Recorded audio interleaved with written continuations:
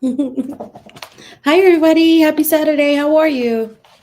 Jason, Shanna, Locked. Mr. Morgan, how you doing? How's everything? I'm happy to see everybody. Hope your Saturday's going well. It's crazy snow over here. There's a lot going on, but we're gonna get through it this Saturday. How's everybody feeling? Yeah, I'm really excited about this one. Who's that? I'm sorry.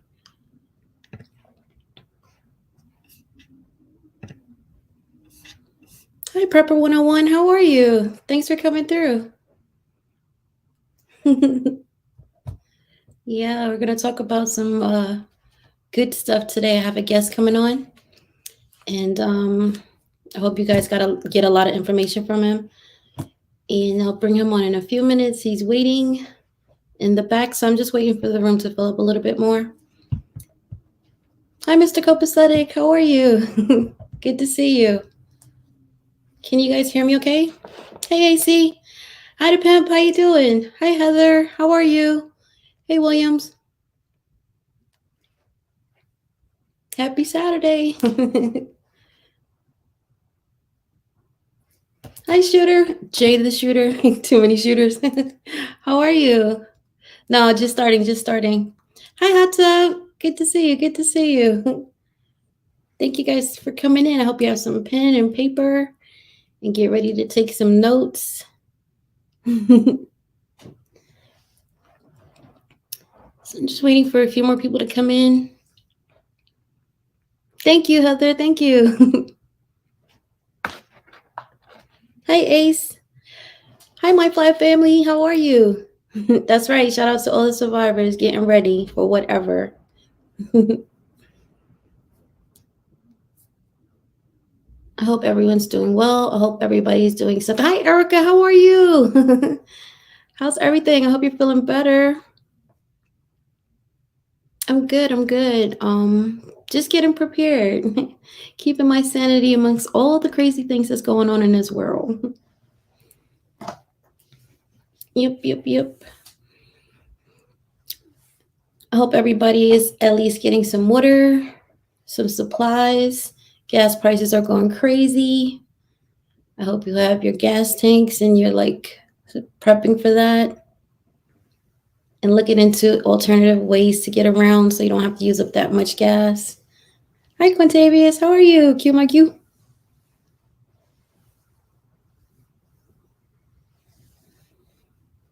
I know it's kind of early, so a lot of people might not be around or might be busy, but we're gonna start in a few minutes.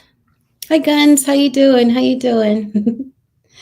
So I just want to I just want to say a few things. I'm going to bring a lot of people on, and they have a lot of great information.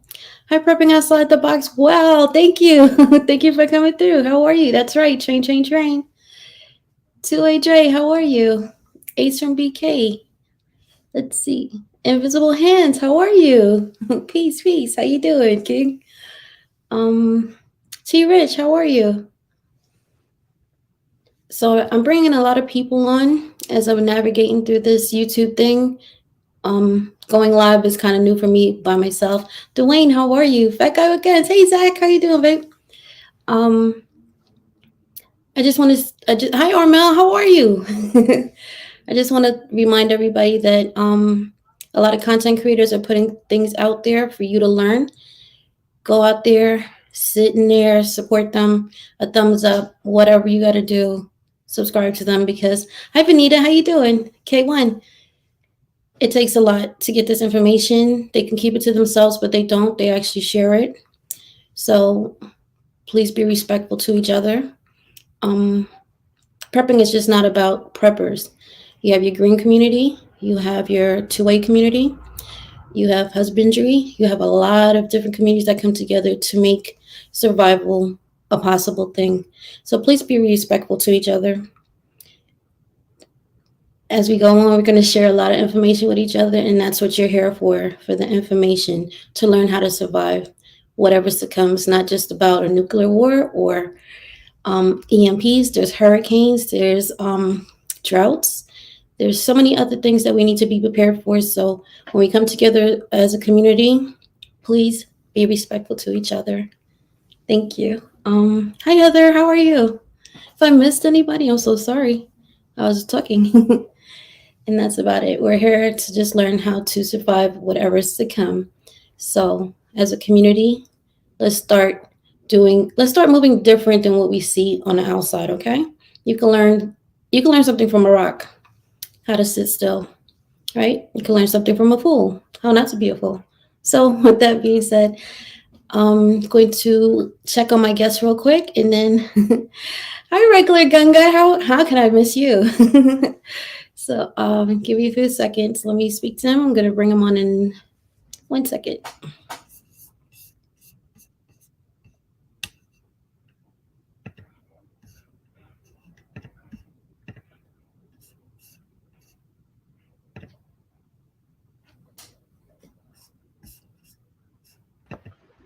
Oh, Hi. oh, good Lord. Am I on the main Yeah, page you're yet? on the main. Oh, okay, You're good, all in the good, good. chat. Everybody. Super awkward. Yeah. Hi, Dave Love it. Keaton. How are you? Oh, I'm doing good. Pardon if I miss anything. I am deaf in one ear and I'm just figuring things out. So, No problem. um, I guess we can get started. If anybody has questions throughout, I will try to answer what I can.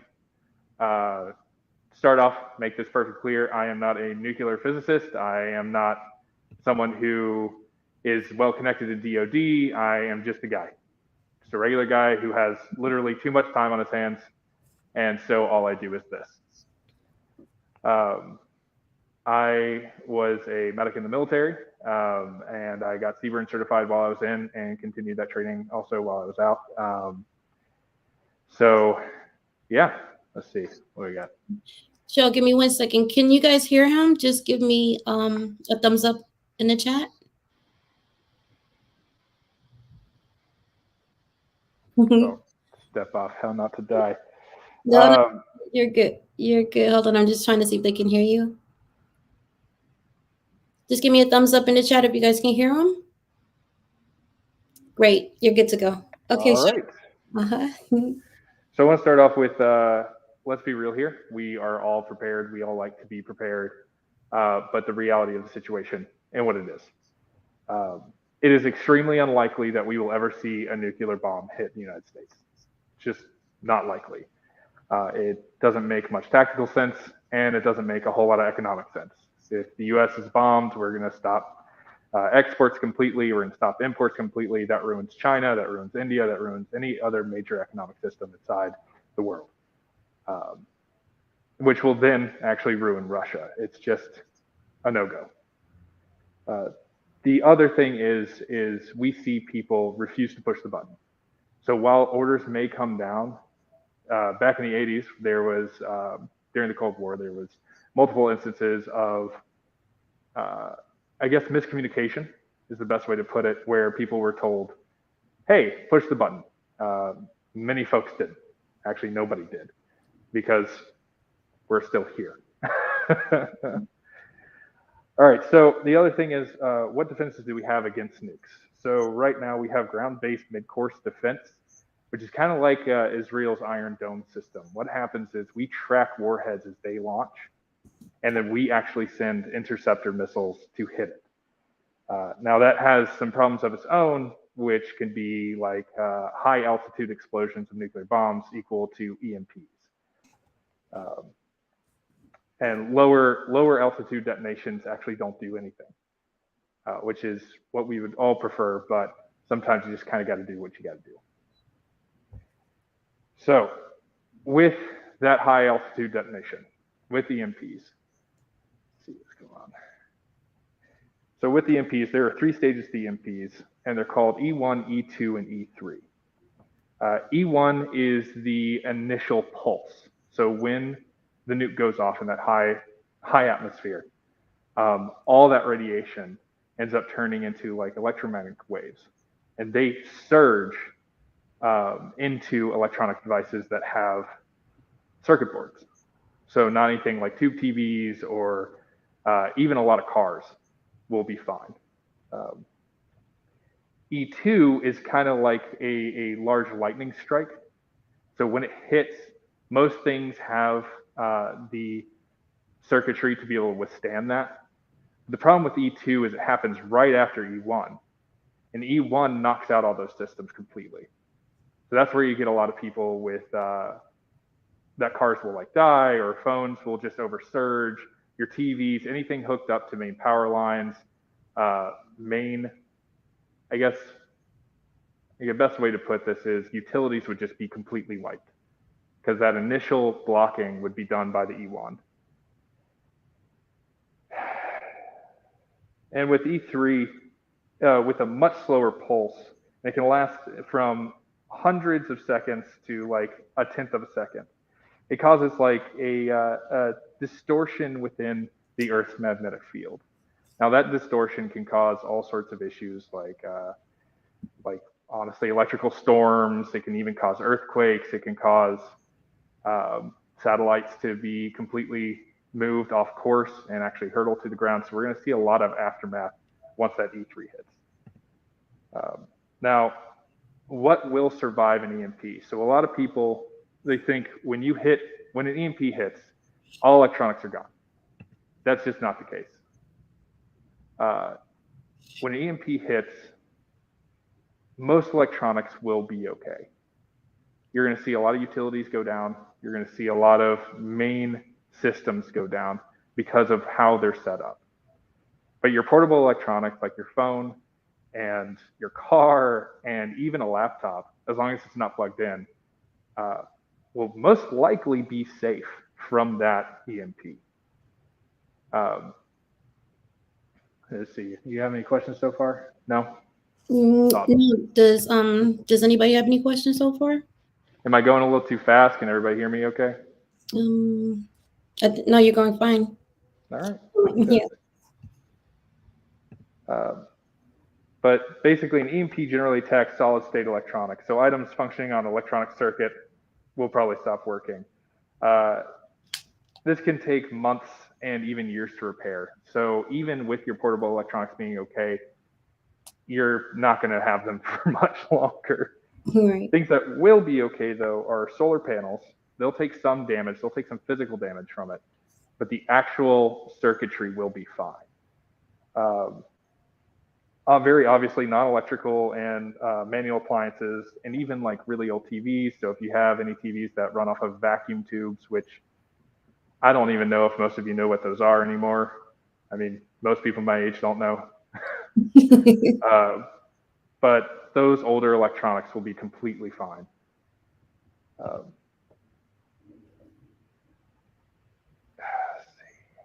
It's okay. Take your time. It's his first time on live. It's a little different for me, and I have my notes. I wrote all this last night so that I could make sure I stayed on topic. No, it's a little weird talking to yourself. Yeah, it's a lot of fun. Okay. So we as of right now don't actually know the long-term effects that an EMP will have on any type of hybrid or electric vehicle. We don't know. There's not been enough study behind it. There's not been enough research being put in, even by our own government, on what that EMP effect will have on those electric vehicles. So if you have an electric vehicle or your car is mostly electric, there is a possibility that your car won't start if there's an EMP. But most vehicles pre-90s will be absolutely fine. So if you have something in like 1980, 1990, even, you'll be pretty good. But the moment that you get into the early 2000s, you're going to see a lot more circuitry, and there's a possibility that your car won't start. Let's see. Now there are some EMPs that have higher voltage percentage, but we don't know if they actually exist. They're just theoretical. Okay. If that were the case, then even portable electronics, literally anything that has a circuit board nowadays, would just be fried. Now, how do we protect against the EMPs?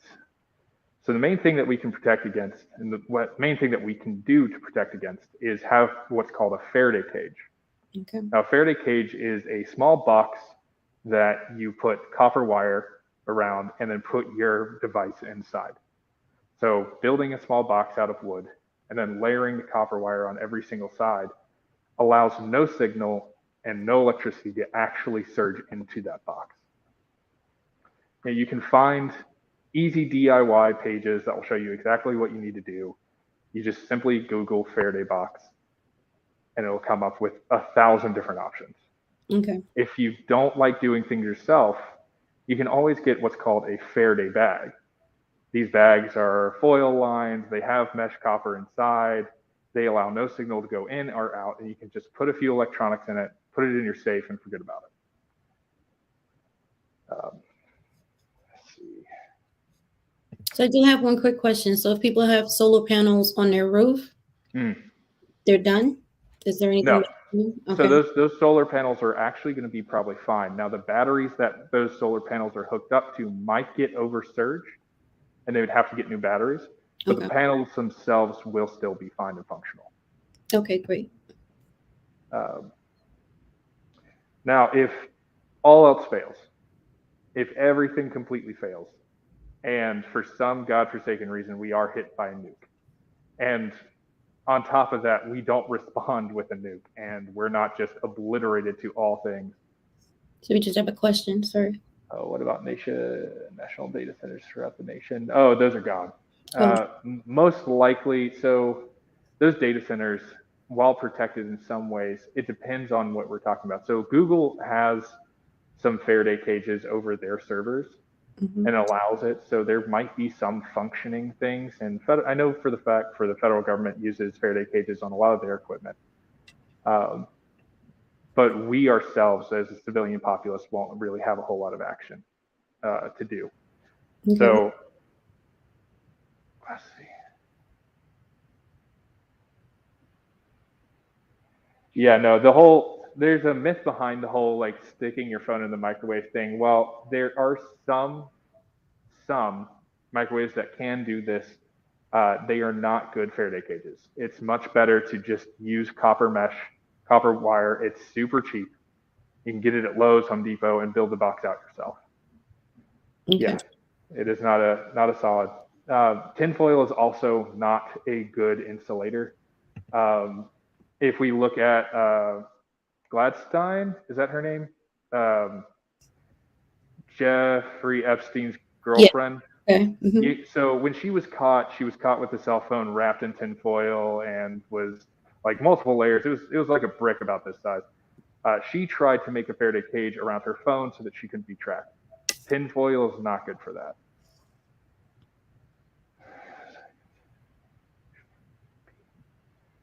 No, the gun safe will not, unless you have specifically built out your gun safe to make sure that it could be a Faraday cage, which you can easily do. You can do that if you want. I have people that absolutely have used that same mesh, put it on the inside of their safe, and make sure that those electronics will stay safe. If you're worried about your optics getting burned out and your flashlights and things like that, just go ahead and keep a few of them inside a bag inside that safe, and that way it's still going to be functional no matter what. And the bags themselves are $15. Like, they are not very expensive at all. Okay, I have another question. Just give me 1 second. It's going so fast. Hold on. No, you're fine. Okay, from hot tub. Safe distance from the blast zone. I think we survived. So this is the fun part, or somewhat fun part. So everybody, if you can, make a new window and go to nukemap.com or Google Nuke Map. This will be your most reliable source of how far you need to be away to survive. So if I have, as you can see right here, a little drawing of New York. I don't know if you can see it very well, but I'm going to try my best with this. So the average bomb size, the average nuclear bomb is, where did I say? It's about 180-ish kilotons. So if we look back at like Hiroshima, that was only 20. So there were people who survived those blasts and lived long lives, though with some complications, only 30 meters away from that blast zone, while they were in a brick building. It does happen, it can happen, but realistically, these bombs are much larger now, and I very much expect the buildings in that surrounding area to completely collapse. So what we're going to do is we're going to talk about the B-61. So on the high end, they're about 360 kilos. On a low end, they're about 0.3 kilos. So right now, we're going to talk about just the mid-range would be about 180. So the size of that fireball is going to be about a half mile radius. So I'm going to find that picture. So that fireball, so this is Manhattan right here. Manhattan, for the most part, is a little bit fucked, to say the least. Right there, let's say that's about a half mile. Within that fireball, realistically, within that fireball, you can survive. You just have to be underground and make sure that you're deep within a concrete structure. And this is only if it doesn't land right on top of you, because initially there will be about a 50-foot hole in the ground with a fairly large diameter. So anything underneath is completely gone. Will the electronics on the solar panel be affected? It depends on the solar panel, but most likely not. Just simply because they're not complicated electronics. You can just simply wire them straight into batteries, though your transfer might be damaged. It's just a few questions, so I just want to do them real quick. Where With these electrical pulses? If anyone remembers. God, I actually don't know what you're talking about. The last solar pulse was back, I believe, back in 2014 or 2008, one of the two, in Canada, where it knocked, that we had a solar flare that knocked, I want to say it was like Ottawa or something. Let me double check. Ottawa's or part of Canada's power out for, I want to say 3 weeks or so. Okay. Solar.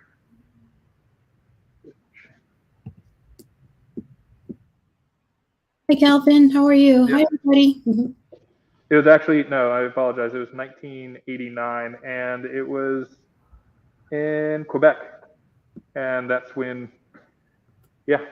So it won't make them explode. Hydrogen bombs are much larger and cause much more damage. Yes, they do. They absolutely do.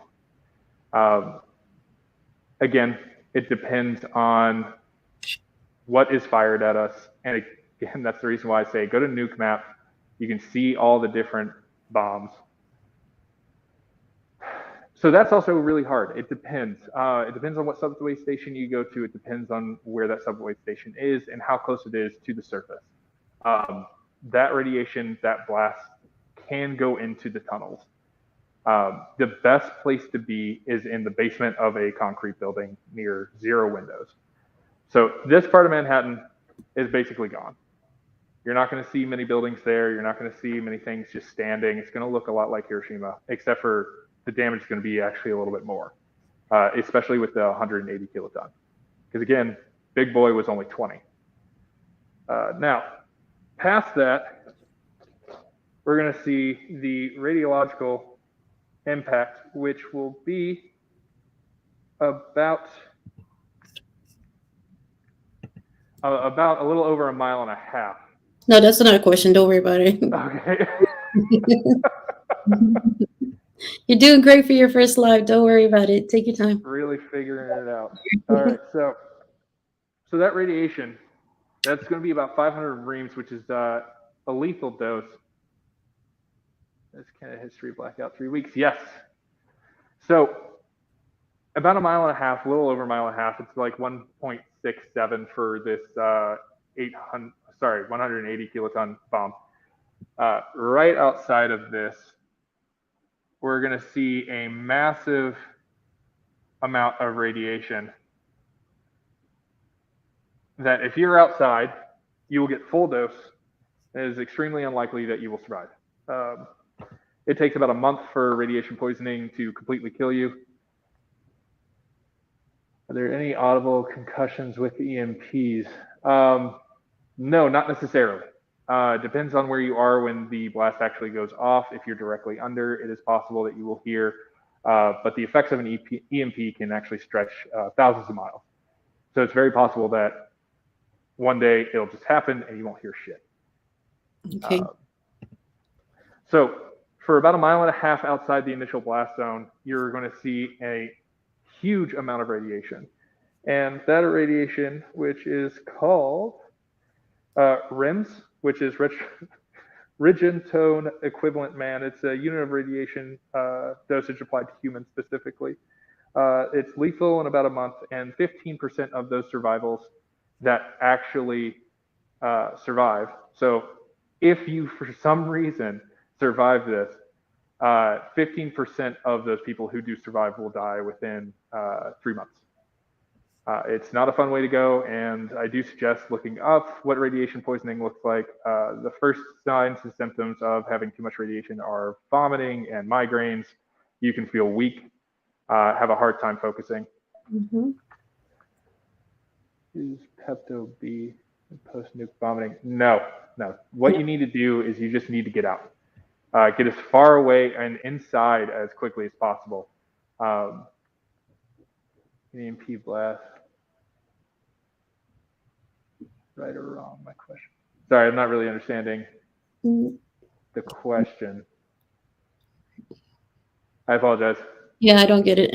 I'm sorry. Okay. Reword that, Cherokee, please. Thank you. Yeah. Mm-hmm. So the first thing you want to do, if you are within that radiation right here, is get inside and get into a very concrete building and try to take off all your clothes as quickly as possible.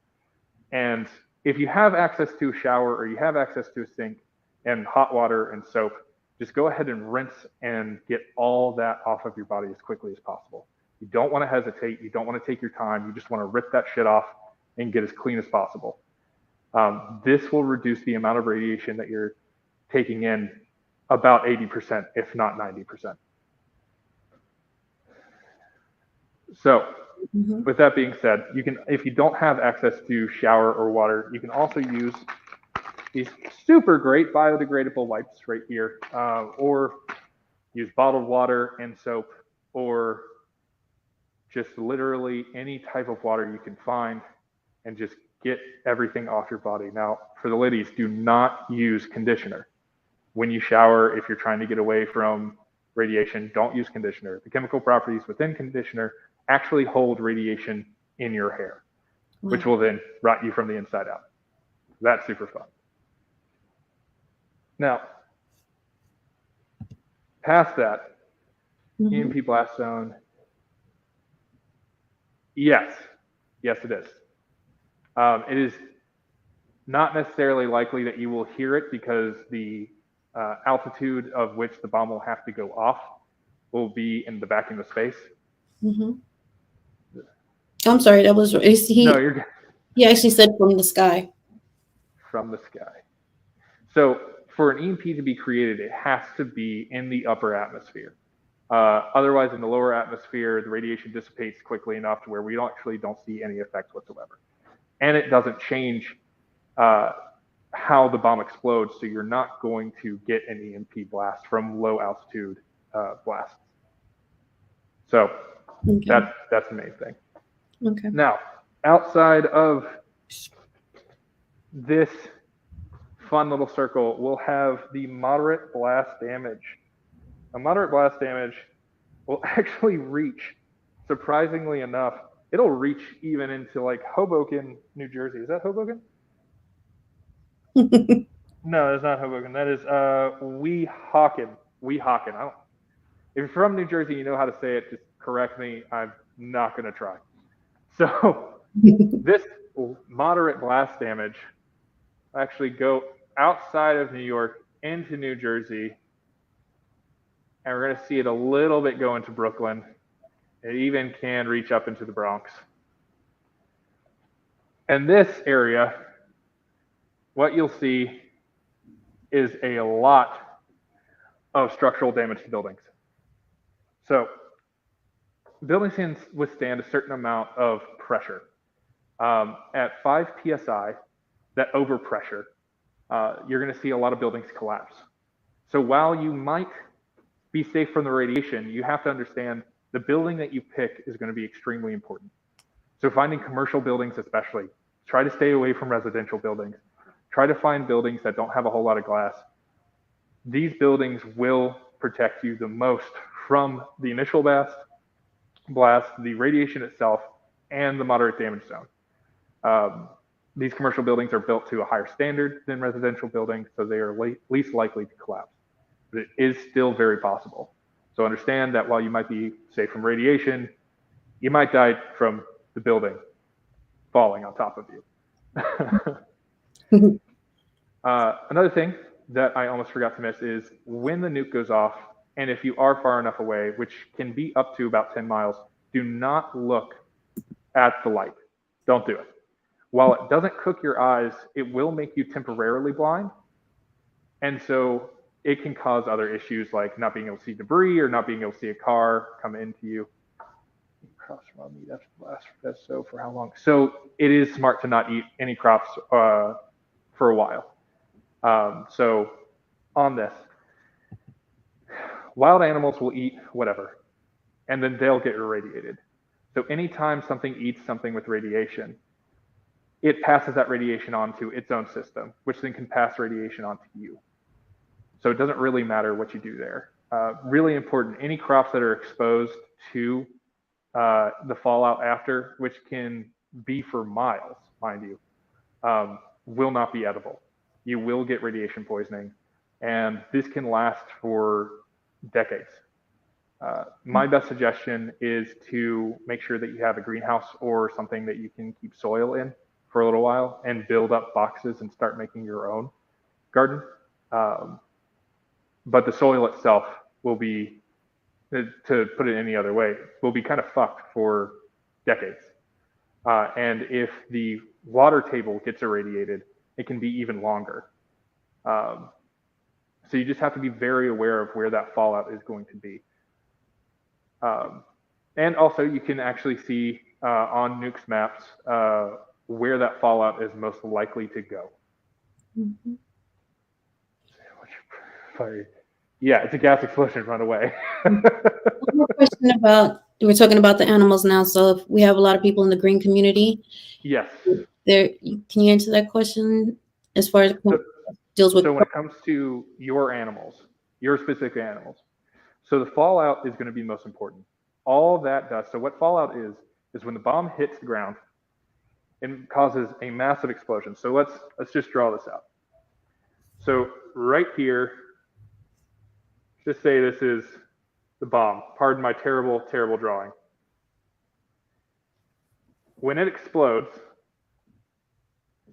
and hits the ground, all this particulate matter goes up into the atmosphere. So all of this crap that just got kicked up is now extremely irradiated. That stuff stays up into the air for a long time, and then eventually the heavier particles will start returning back to Earth. Once they return back to Earth, everything that's coming up out of the ground will also be irradiated. This is actually one of the reasons why it's called fallout, because it literally falls out of the sky. Okay. It might even be longer than that, depending on Cherokee survival. It depends on what size blast, depends on how far the fallout spreads. It also depends on if you have an issue with rainout, which is when all this particulate matter actually creates clouds, which then collects condensation, and then the water itself gets irradiated and goes back into the table. If those animals eat that irradiated food from the irradiated water, they themselves will become irradiated. And if you eat them, you become irradiated. And you rot from the inside out. Now, the effects of that, no, go ahead. We're just going to die, right? Yeah, either way, you're fucked. But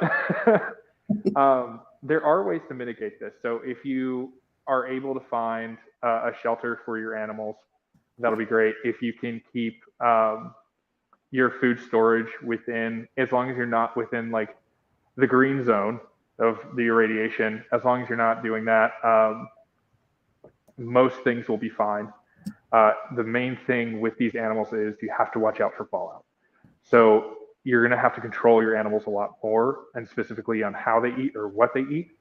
So if you have a seed barn or if you have a seed silo, keeping that and making sure that they only eat from that and that there's no way that particulate matter can come inside and irradiate that food source, you're good to go. But I know that's extremely difficult to control your animals to that degree.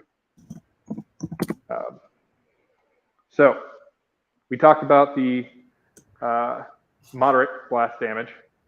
And now let's talk about the light blast damage area. It sounds lighthearted. Yeah, it isn't.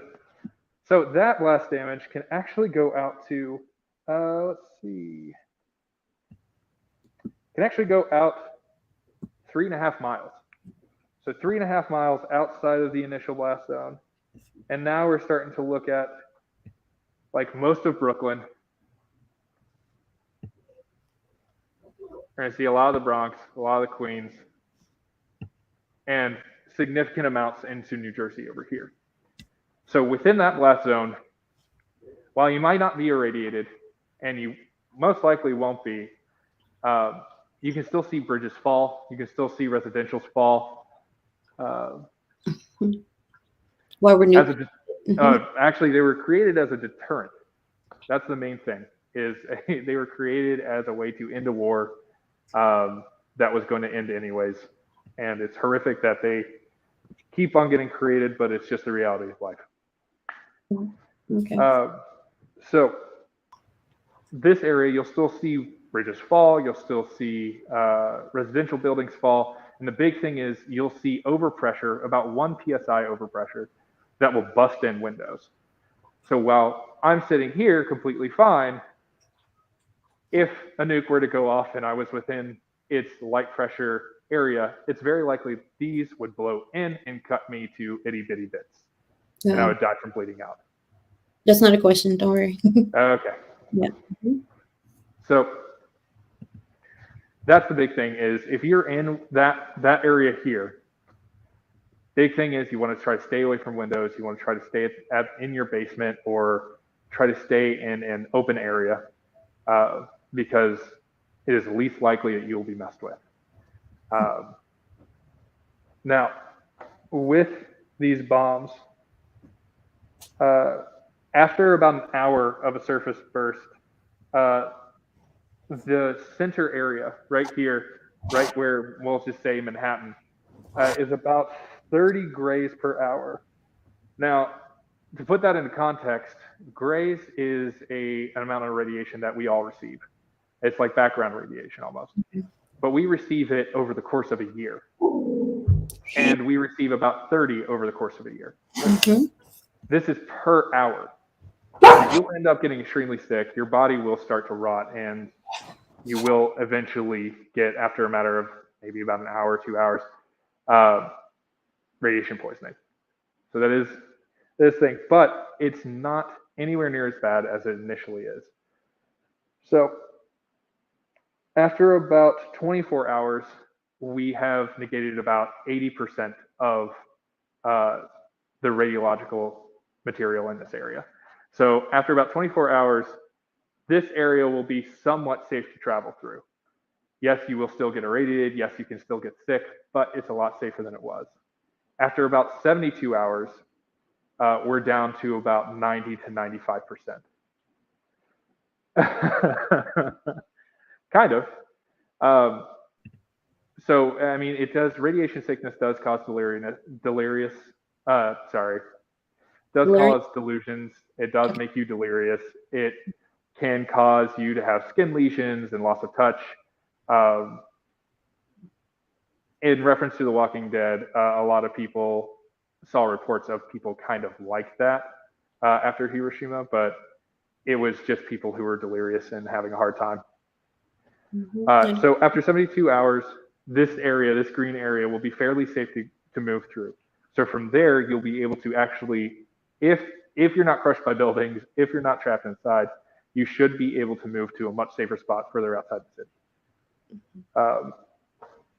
Now, it doesn't matter what suit you get. It just doesn't.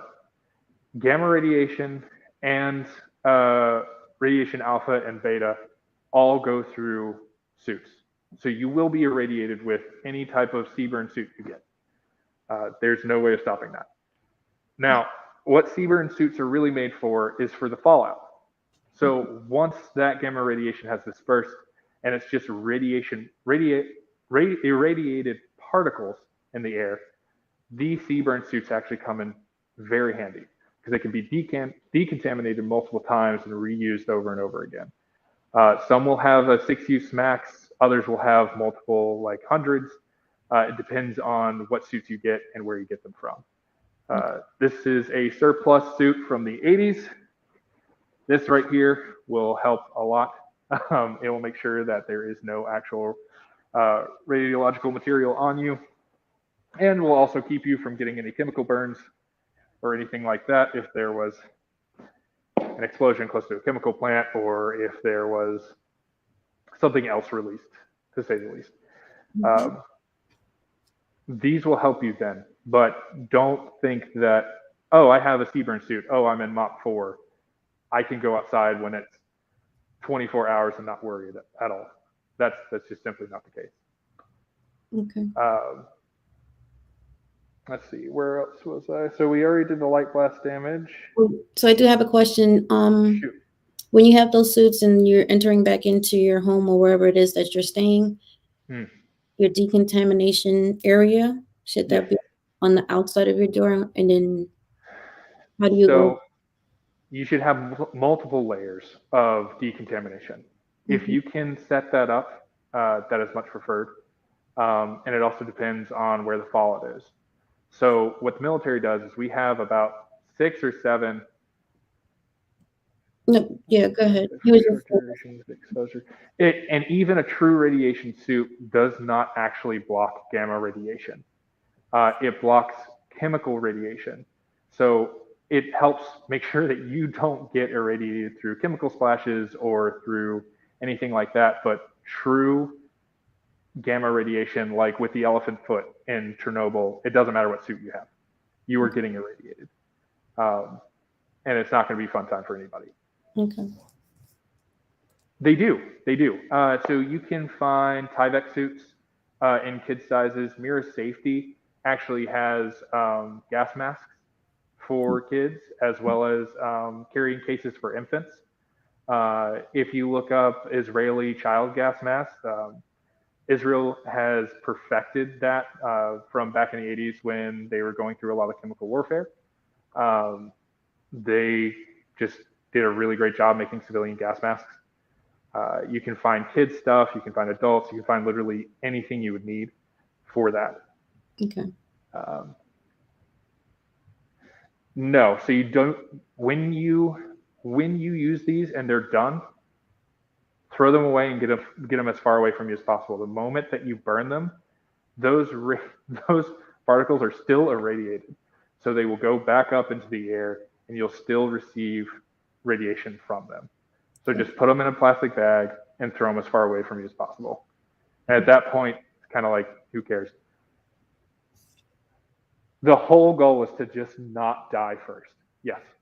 Like that's the whole thing with survival. That's the whole thing with being prepared, is to just simply not die. That's the main goal. Yes, put them in bags and run. Is there a certain type of bag, plastic versus paper? I mean, of course, you don't want to use paper, just simply because durability is just so little. Plastic bags is preferred, just simply it contains the actual dust within it. Okay. Just stuff them into like trash bags or contractor bags, tie them up, throw them outside. Okay. So in conjunction with your suit, if you're going into an area that is considered a hot zone or a high radiated zone, that's after nuclear blast, that is in the fallout area, you want to make sure that you get a decent gas mask. Now there's 2 different types of masks that I really suggest, is the M50 proprietary filters and anything that has the 40 millimeter. I do not suggest getting anything. I do not suggest getting anything that is from the USSR era. So those like pullover masks that are all silicone and kind of like formed to your head. Those filters also contain asbestos, which will give you cancer in the long run anyways. Right. So there are tons of masks that you can get that are well within everybody's price range. You can get a 3M M40, which is a surplus mask the military used back in the 80s and 90s that is absolutely perfect for around like $50.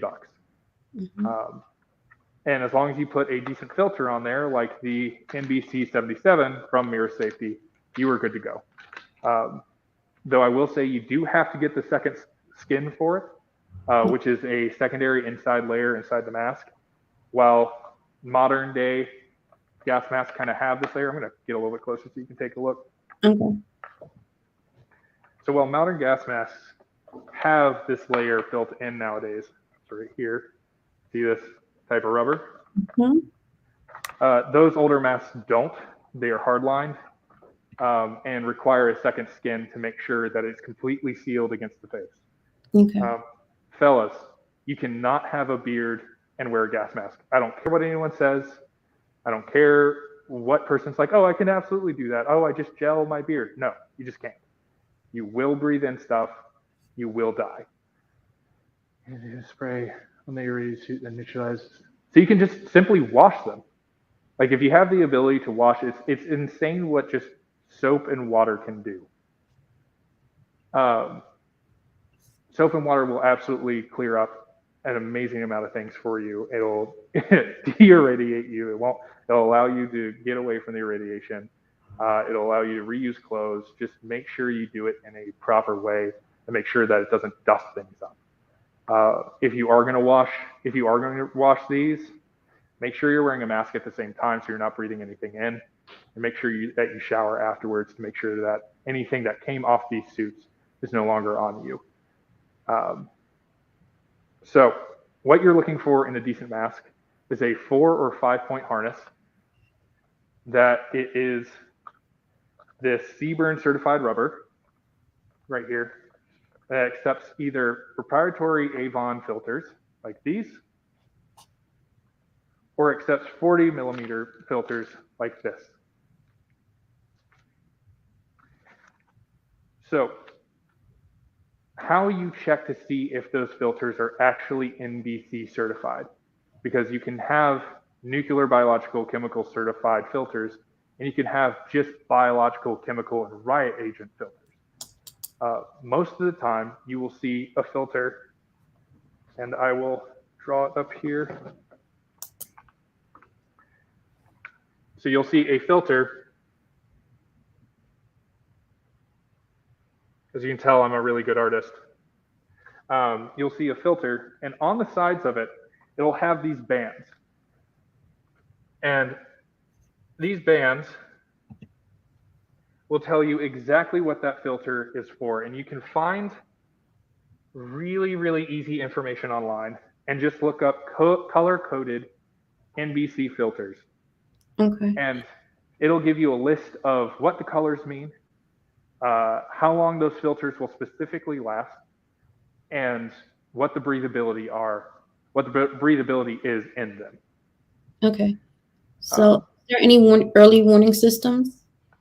So there are early warning systems. So if you look back at what was it, 2018, right? When it is a safe time to have a single filter before next filter. 24 hours. Just quick answering this question. Depends on the filter. Depends on what you're dealing with. So these filters specifically are rated for 24-hour use, one full 24-hour use. These are also rated for a full 24-hour use. Some of them will only be rated for about 30 minutes. When you change out your filter, make sure that you're holding your breath, that everything's covered, switch out, switch on, breathe out, and then breathe in. And that's called clearing. Yes, that's called clearing. And I can go over the steps of how to actually put on a mask, what the steps are to clear it, and how to go from there. We will also have a booklet for anybody who wants it that goes over these things in better detail. And all you have to do is just ask us for it. So, what was I saying before the filter?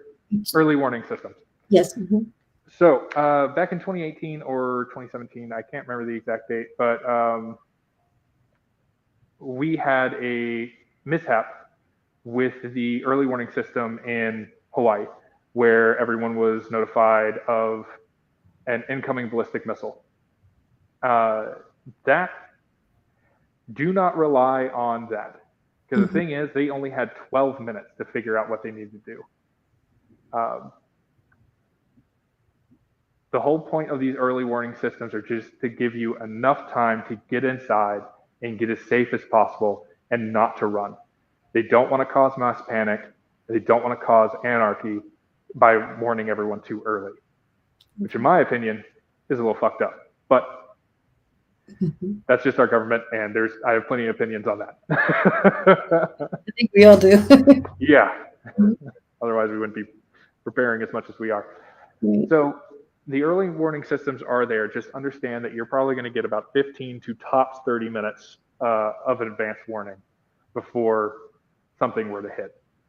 So your best bet is to get inside, pick a building that you know is going to be safe, and hunker down as best as you possibly can. Don't try to run. You can't outrun a nuke. You just can't. And the amount of people that will be also running, because people are stupid for the most part, will end up clogging up those roadways, and you'll just be stuck in traffic and be vaporized. It's not fun.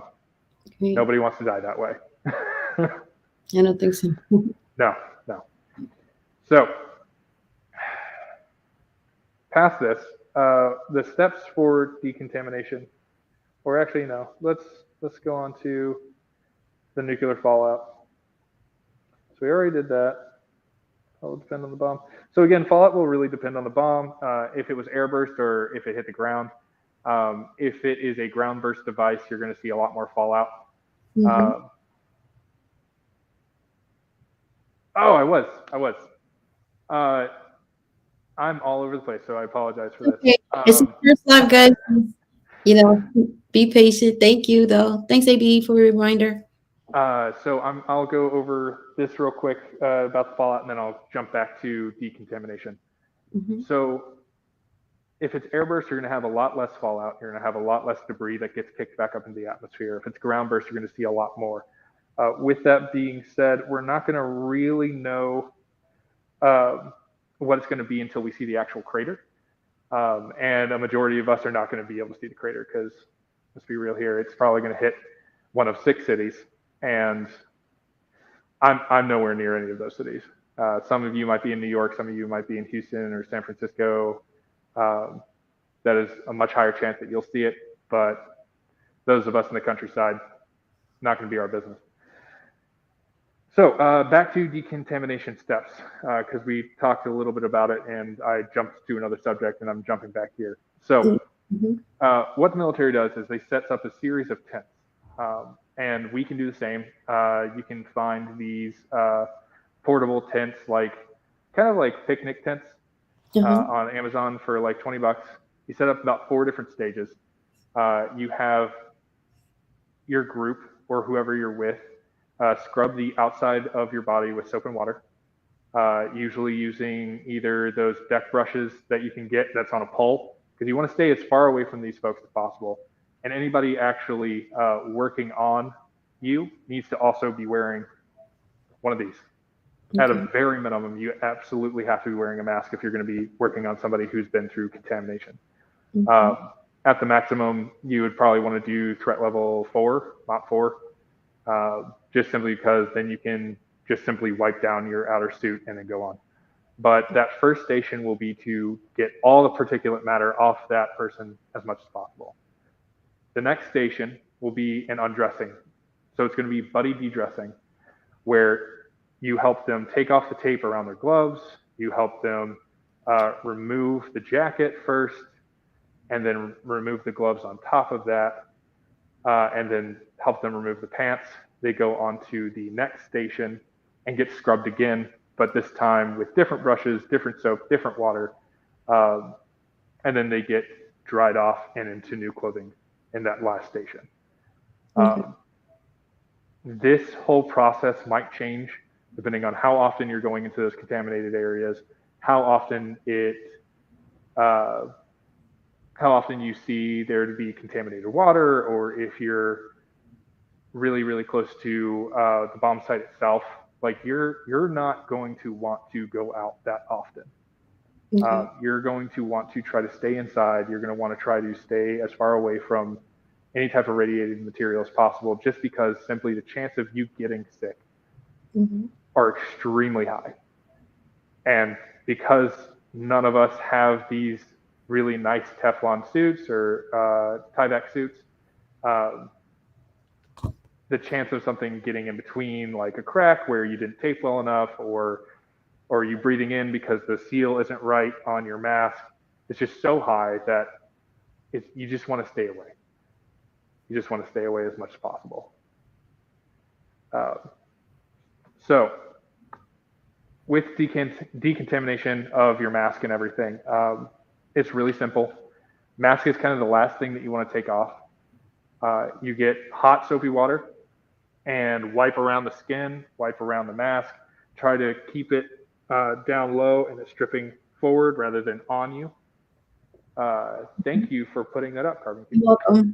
You're welcome. Dr. Redliner is a pediatrician who specializes in survival and nuclear survival. He's also the head of, where is he? The head of, I had this written down. Yeah, he's the head of the national defense team that's specifically a part of this. Like he knows his shit, and came out with this back when we were doing nuke drills. I want to say back in 2016. So back to this. When you're wiping this down, you want to lean forward and make sure that you're over a secondary basin that allows it to drip into. So your first basin of hot water, soapy water, should be off to your right or left. Dip in, wipe down as much as possible, wipe around the skin, let it drain out, dip, wipe again, and then pull the mask off and away from you and allow it to hang dry, and then put it back into its storage position, which will be here. This allows the mask to not deform and keeps it in perfect position, so where you can just put it to your face and pull it back very quickly. Gotcha. Yeah. I have a question about San Francisco and the fault line. I think he was just making a point, a pretty decent one at that. Yeah, if it is likely if a nuke were to hit San Francisco, it could destroy the fault line and just crack. So Houston is a major economic center for the United States. There's tons of banks there. We do a lot of our transferring there when it comes to money. Like Houston is just a really big spot. It's kind of like how after 9/11, we were a little bit afraid that Charlotte, North Carolina was going to get hit, because that is also a banking center for the United States. We have since spread it out, but it's still in Houston quite a bit. Okay. Let's see. Yes. Okay, so let's see. Yeah, that's good. That's good. Oh, yes. So really important, iodine tablets. So iodine tablets, while a great thing to have as a just in case, their main thing is to make sure that they fill your thyroids with enough good iodine, non-irradiated iodine, that they can't absorb the irradiated iodine that is in food, or that is in the air, what you breathe in. It's just to make sure basically you don't get thyroid cancer. So don't use those as a fix-all, because you can still get sick, you can still get radiation poisoning, you can still get honestly lung cancer and leukemia as well. Like it won't stop those things. It's just nice to have in your back pocket so that you don't get thyroid cancer if you happen to eat something irradiated. I remember there was a question. Oh, sorry, go ahead. So it doesn't protect any other organ in the body? Correct. It's just your thyroid. Okay, got you. So Yes, I remember there was a question that you had brought up. What would be best for Shava? All exposed hair ASAP. So, I mean, if you want to go that route, yes, or you could just simply use soap and water and just scrub. When it comes to facial hair, absolutely take it off. Keep your face as smooth as possible. Even the smallest amount of hair can get between this rubber and your face and allow any type of thing to come in. I'm sorry. Yes, yes. That's another great point. Is there are fantastic medical centers there as well. So, Atlanta, Georgia has CDC there. That wouldn't be. Yes, and that is a target. Though, was it a part of his list? I didn't see Atlanta on there. No. So, while the CDC used to play a much larger role in our society, and even within the past 2 years was a much larger role in our society, it's not as big of a deal as they try to make themselves out to be. There's plenty of centers like it throughout the world that provide other great things. Like the WHO is basically just the world CDC. Each country has its own designated chemical, biological, and radiological research centers. The CDC is just a Americanized central hub of it. So it's not really a target anymore. Let me just have a few more questions.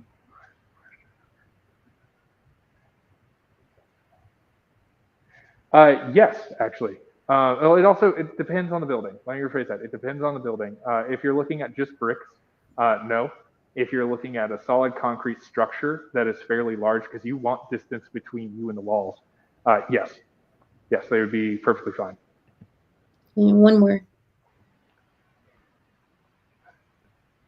So that's a little bit out of my realm of knowledge. I don't want to give you bad advice on that. Okay. I would not use liquid iodine. I would specifically use the tablets that are made for this.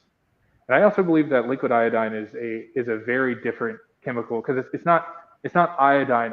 It's not the kind of iodine that you put on your body. It's iodine sulfate. It's something you can actually take and be well inside your body. Don't drink iodine. Don't drink iodine. Don't be that guy. We already did Tide Pods like the last 2 years. Let's not do iodine as well. Oh no. Oh yeah. Oh yes, almost forgot. Super fun. Super fun. You guys know what third-degree burns are, right? Yeah? Let's assume you do. So third-degree burns are full thickness burns. That means they go down to the meat. They go down past the meat, actually. There is a super fun, almost 4-mile radius outside of Manhattan, right there. Actually, no, it's closer to about right here, a little bit in between, where you'll get flash third-degree burns. Now, these flash third-degree burns will happen very quickly. They won't be very painful because what they do is they actually burn the nerves in your body. Now, it will lead to infection and you will probably die. But if you're inside, you're good. So it's just anybody outside, and let me phrase this, anybody outside and anybody in a non-concrete building can actually get third-degree burns within this circle. Fun fact, there is actually a point that's on the very edge, a little bit past this, where all the frozen pizzas are perfectly cooked. And they're not irradiated. You can actually eat them. It's a weird little fun fact. more stuff to worry about. Yeah. Better and better. I can't believe this. No. When the blast goes off, the center of the blast is about. I think your mic cut out. Okay. Can't hear you.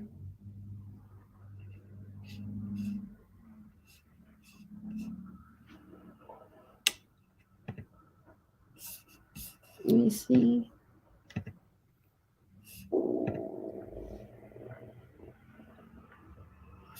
Your mic's not connected.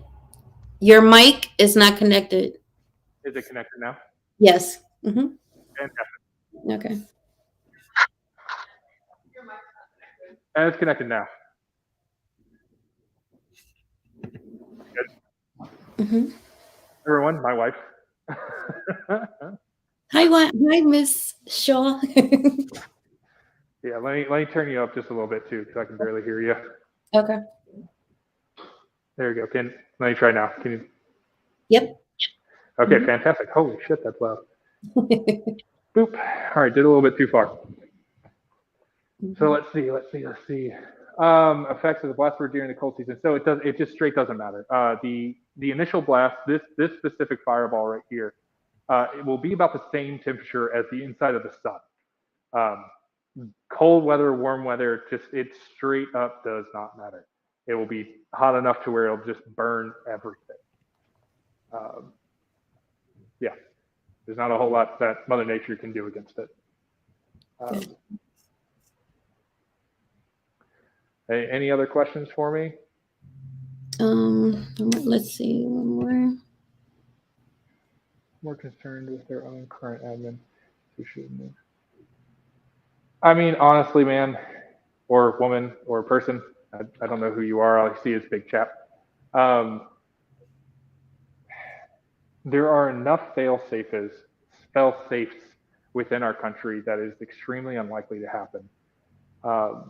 There are enough good people in the right places that will stop this. And I'm not talking about within our administration. I'm talking about at the actual level of the silos. There are people who dedicate their life just to get in there to make sure that button's never pushed. So even if the order is for some reason given out, I have a lot more faith in those dudes not pressing it than anything else. Mm-hmm.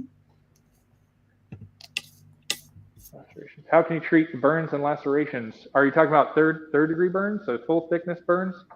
The best that you can do is wash them and get them to an advanced care, because what they'll end up doing is they will be debriding the outer layer of the skin and trying to make sure that you have enough fluids in your body so your body doesn't actually shut down. Because a lot of what happens during those third degree burns is your body pushes all of its fluid to that area to make sure that it heals correctly, and it dehydrates you and starts shutting down your organs. If you're talking about mild burns, best you can do cold water. Don't put grease. Make sure that you put decent amount of, and don't put ice either. Just cold water. Run it over. Make sure it's clean, and then keep it in a dry bandage. Okay. Oh, thanks. You're doing great. If anybody has any questions or want to hop on, I just dropped the link.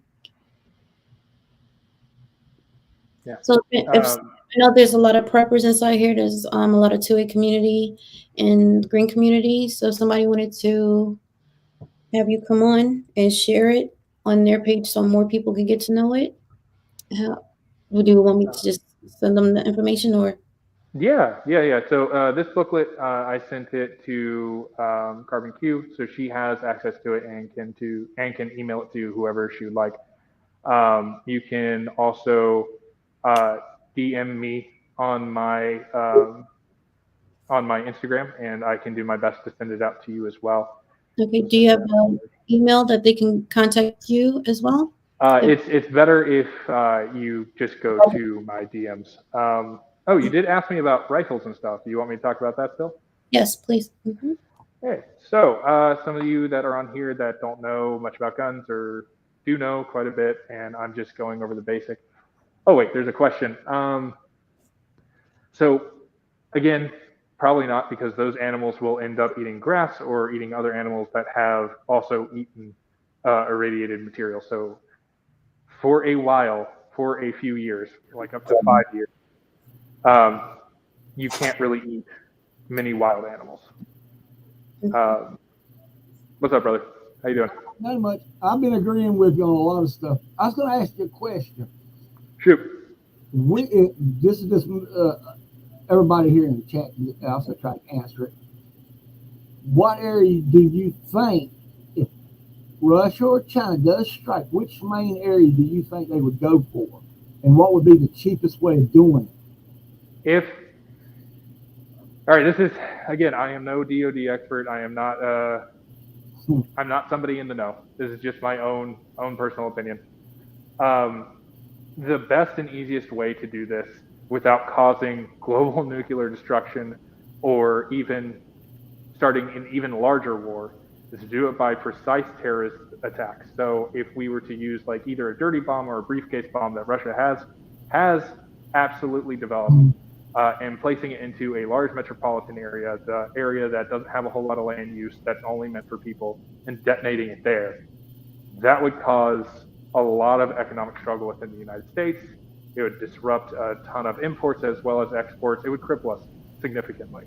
Yeah. That's how I would do it if I was trying to do any of these things. Well, I did the same thing. I looked at what Putin said in 2008 when they asked him a question about if he had to go against America. And he used physics is what he was doing. But he was talking about Yellowstone getting one that hit inside, and right behind it hit it with another blast below the jet stream. And then you got your magma, you're still going to have a fallout of rocks flying everywhere. Then you also got that mega earthquake. And then if you have an EMP, that would actually cripple us and also break man's will at the same time. What would end up having to happen, because a lot of our strategic defenses are protected against EMPs. They are in Faraday cages. What would need to happen is if we're going down that route, they would have to set off an EMP first and then get past our missile defense system, while also hitting exactly where they want to hit. All this there's a lot of steps between them figuring that out and actually completing it before it would actually work. Yeah, and we got somebody else. But I was also thinking if we did do it, made it, that would cripple us, and it actually matches what he was talking about, making history and biblical crap. But I had for a long time, I was going like, all right, the rocks would stop our silos from coming out. At the same time, that earthquake would actually hit our fault lines, open all them up, and then our nuclear plants, they'll be shifted, plus the power's out. You get about maybe 2-3 weeks to reset. You only got that time limit. That would actually cripple us. Well, big thing with those power lines is it wouldn't take just weeks. That would be if everyone got on board at the exact same time and focused on one specific area. Yes, it would take weeks then. We're looking at years. We're looking at a very long time without centralized power, which would cripple us a little bit, cripple us quite a bit. But for those of us who have solar, those of us who have generators, those who don't really care about electricity, life would still go on. Yeah, well, like all of us, we all preparing, using our brain, thinking common sense. Yeah. That's why I loved how you was doing. I wish I had a chalkboard like you got right there, because that's the main thing I'd be trying to have to use paper. No, I actually got this today specifically for this, and I love this whiteboard so much right now. So much. I'm going to use it like one more time and then completely forget about it, but it's fantastic for this. What's your channel? I actually don't have a YouTube channel. I have an Instagram page, which is Money Poor Gear Rich, and it's underscore under each, so money_gear_poor_rich. And I talk a lot about gear, a lot about Second Amendment stuff, as well as chemical, biological stuff. And I know me and Carbon Q will definitely be working again in the future when it comes to this sort of thing. So I'm excited to be a part of it. I've been watching because you did real good. I love it. I appreciate that, man. Thank you. Great shout out for Angry Prepper, and I've been watching your stuff. You got some great panel, man. Thank you. Share. Yeah, I'm gonna have to pop off because I ain't used to this. Thanks for coming. Talk to y'all later. Okay, bye-bye. Bye. See you, brother. And now there was Hey, What's up? Hi, Billy. everything is good. How you feel, Carbon? Pardon? Can you hear me well? Yeah, I can hear you. Perfect. Sure. you're amazing. You're doing a great job. We all appreciate it. The chat's going crazy. We're learning. And to be able to actually, I don't know if there's a question that you didn't have the answer for. So I appreciate it so much. So much. I try to get into it as much as possible. I do deep dive Definitely. research and kind of obsess over things. So this is where I direct my attention. True. I do have one decent question. A lot of times we'll get into communications conversations, and if a blast does occur, is there a safer or a more dominant communication tool to start getting familiar with? Yes. So ham radio will be your best friend. The courses are very easy. You can go get your ham license, or you can just be a person with a ham radio and figure out how to use it, and no one's going to bother you. As long as you stay within the general use and family use frequencies. That's a big thing. There are people within the community that will try to report you to the FFA, FAA. I'm terrible at remembering these, but FCC. Yep. There are people who will do that, but that's just people. So just be aware of what you're broadcasting, where you're broadcasting, and how you're broadcasting, and it's not going to matter. So keeping a couple radios within a Faraday bag and having a charger on standby will be a lifesaver. But as we can see with the Russian conflict, Russian-Ukraine conflict, Russia's using Baofengs right now. They are unsecured. They do not have any encryption. And because of one gentleman having 3 radios on him so that he can communicate with HQ, communicate with his platoon leader, and communicate with his team, he actually became a radio beacon, and they were able to be pinpointed and then subsequently shelled. So understand that anytime you use your radio, you're sending a giant flare into the air, letting everyone know where you are. So keep the communication as much as possible just person to person. Any communication that you do have, make sure that's encrypted, which you can get encrypted radios. You can get radios with encryption for around $500. And there's Anarcho Beacon, who's a great guy. He has a lot of information about this stuff. He'll offer classes and teach people how to do their own radios. There's also tons of other companies that will work with you on what your radios needs. All you have to look up is radio encryption and on Google, and they'll pop up.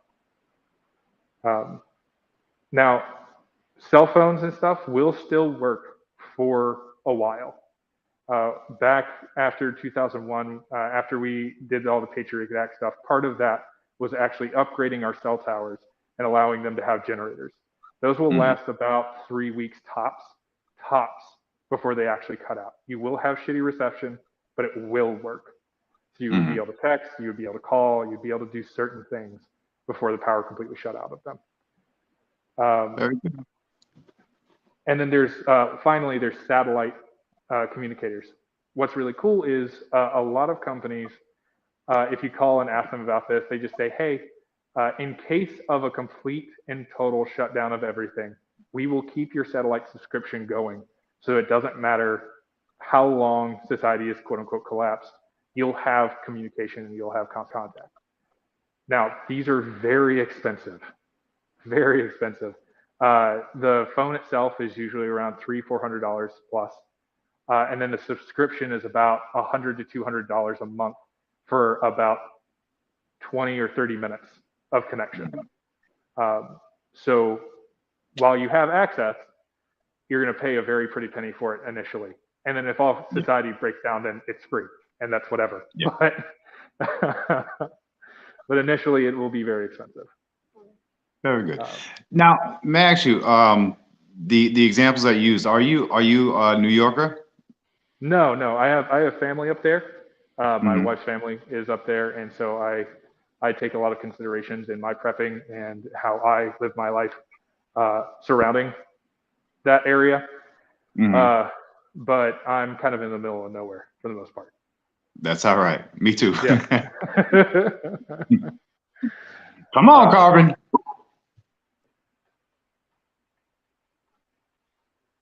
You know, that was for Riley, right? Right. It's so much information, but Shaw, I so appreciate you coming on and sharing your information with the Absolutely. right now.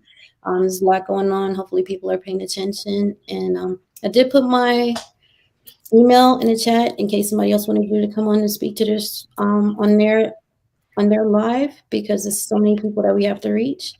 You know, you and I will be working again. At we can't wait for it. But well, thank you so much. Is there anything else that you want to talk about?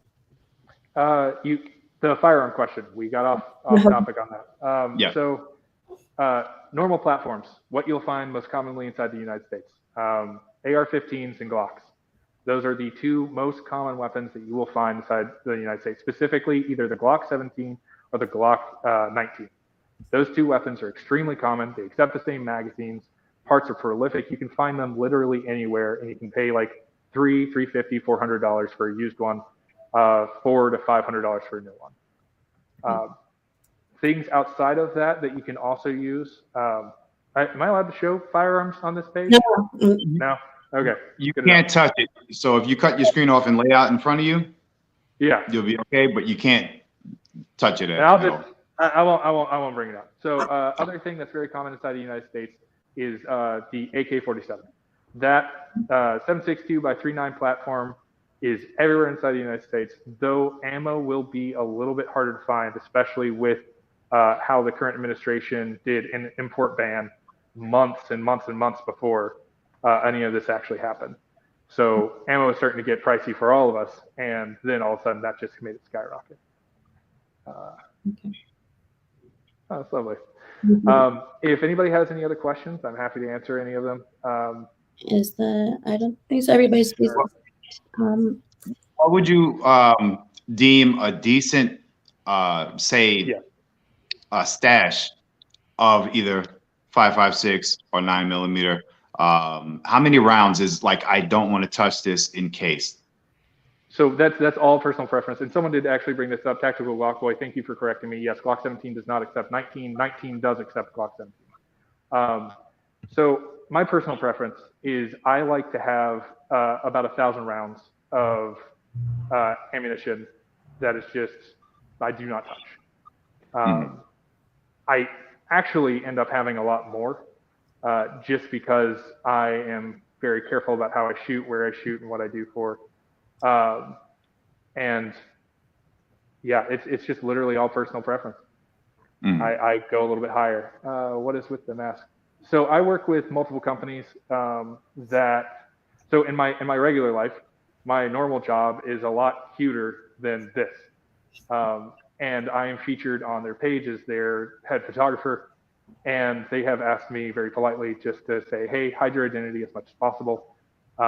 We just don't necessarily want to be associated with weapons because it can be seen as a political statement. We don't necessarily want to be seen with preppers because it can be seen as a political statement. Although all of us know that prepping has no political statement, weapons have no political statement. There are people outside our community who view this as kind of conservative, kind of extremely far right. And that's not the case for a lot of us. Yes, OPSEC, thank you. Yeah. Well, I'll jump off and hopefully somebody else has some great questions. I appreciate you, Carbon. Shaw, amazing. We want to see you come back. We'd love to see you guys collaborate again, on a different topic and keep us ready, keep us interested and keep us with a solution. Absolutely. Yeah. Very good. It was great talking to you, man. Very good. Thank you. Bye. Yeah. We'll see you later. Sure. Thank you so much. I'm gonna wrap it up. Yeah, it's almost in a few minutes. But thank you so much. Again, I'll get back to you and we could do a part 2 and talk about okay. Talk about some tactical gear and stuff. It was great seeing you guys. Great meeting most of you and asking all those questions. And if you have anything else, just reach out to me in my DMs. I sure will. Thank you. Bye-bye. Yeah. Sorry, buddy. Right? I know. I don't know how to end this. See at the bottom where it says leave studio, the red circle. thank you everybody for coming through. I hope you learned something. I hope you go out and spread the information amongst other people so that we are in a better position to survive whatever it comes. Riley, stop. So I'll see you guys at bench shooting. Talk to you later. Bye-bye. Riley, wait.